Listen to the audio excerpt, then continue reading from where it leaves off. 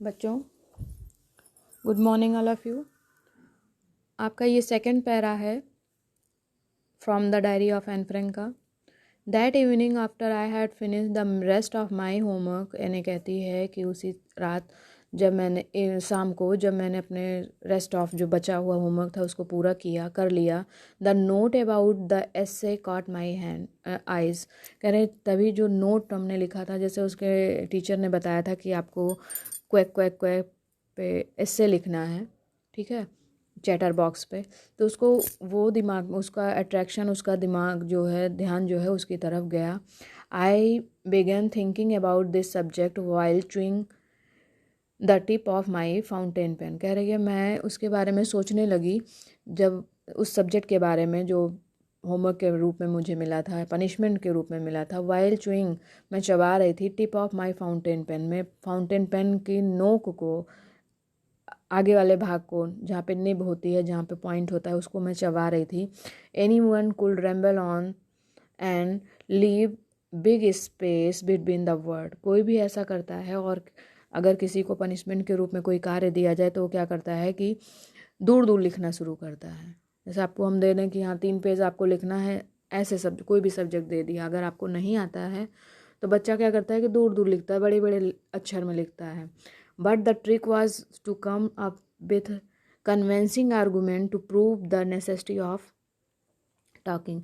लेकिन वो उसके दिमाग में एक ट्रिक आता है, एक आइडिया आता है, युक्ति आती है कि हमको क्या करना है, एक तर्क प्रस्तुत करना है, आर्गूमेंट, कन्विंसिंग आर्गूमेंट, अपनी बात को मनवाने के लिए मुझे दलील देनी है, तर्क करना है। To prove the necessity of talking, मुझे क्या करना है, नेसेसिटी ऑफ, बात करना ज़रूरी है, ये बताना है।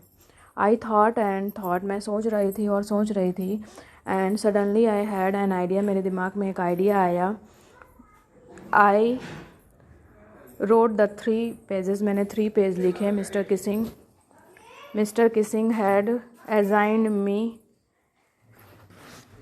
And was satisfied. Mister Keesing जो थे वो, उन्होंने मुझे असाइन किया था, होमवर्क दिया था, काम सौंपा था, एंड वॉज सेटिस्फाइड, और वो सेटिस्फाइड हुए। I argue that talking is a student trait. कहना मैंने बताया, उन्होंने बहस किया कि टॉकिंग जो है वो स्टूडेंट का ट्रेट है, उनका गुण है। And that I would do my best to keep it under control, और मैं बात करता हूँ अंडर कंट्रोल होके, मतलब कंट्रोल में रह के।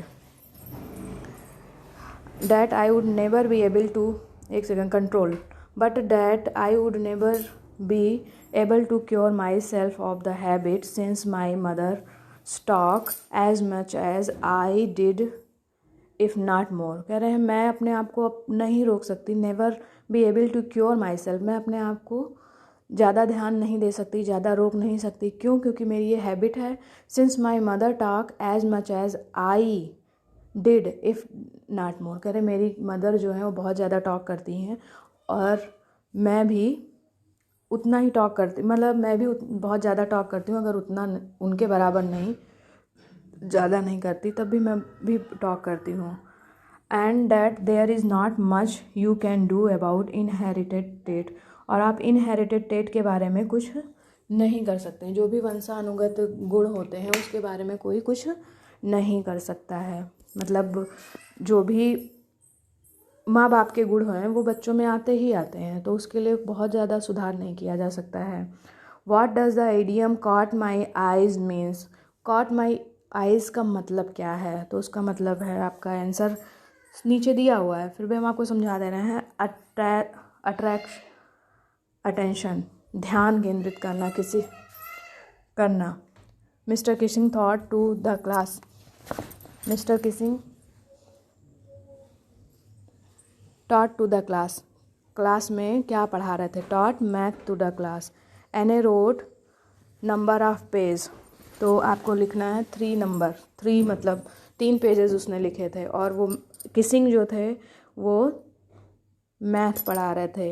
एंटोनिम्स ऑफ द वर्ड एग्जैबरेट, एग्जैबरेट का मतलब होता है क्योर, ध्यान देना। और synonyms of the word content, content का मतलब क्या है?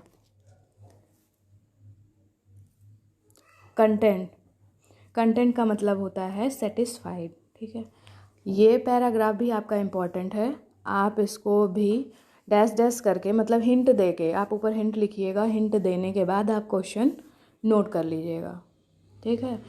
और इसमें आपका एक क्वेश्चन ये भी बनता है कि जैसे पैराग्राफ दे दिया गया, from this lesson the paragraph has been taken, किस लेसन से लिया गया है, तो एन फ्रैंक वाले लेसन आपका क्या है, diary from the diary of Anne Frank. Who wrote this lesson, Anne Frank, ठीक है। और मिस्टर किसिंग, अब जैसे इसमें लिखा है assign me, who assign homework to Anne को किसने होमवर्क दिया, तो मिस्टर किसिंग ने। मैथ टीचर का नाम क्या था, मिस्टर किसिंग था, ठीक है। ये सारे क्वेश्चन आपके पैराग्राफ में ही हैं, क्योंकि आपका 1 नंबर का क्वेश्चन है, तो आपको पैराग्राफ और लेसन के बारे में अच्छे से जानना है। बाकी लिखना बहुत आसान हो गया है आपके लिए, मतलब टिक करना है, अगर सही ऑप्शन है तो पूरा नंबर आपको मिलना है, ठीक है। इसके आगे का जो भी इम्पोर्टेंट पैराग्राफ होगा वो हम आपको वीडियो के थ्रू बताएंगे, और जो ऐसे ही हैं, क्योंकि सारा तो वीडियो नहीं भेजा जा सकता है, बाकी जो है वो हम आपको PDF के थ्रू सेंड करेंगे।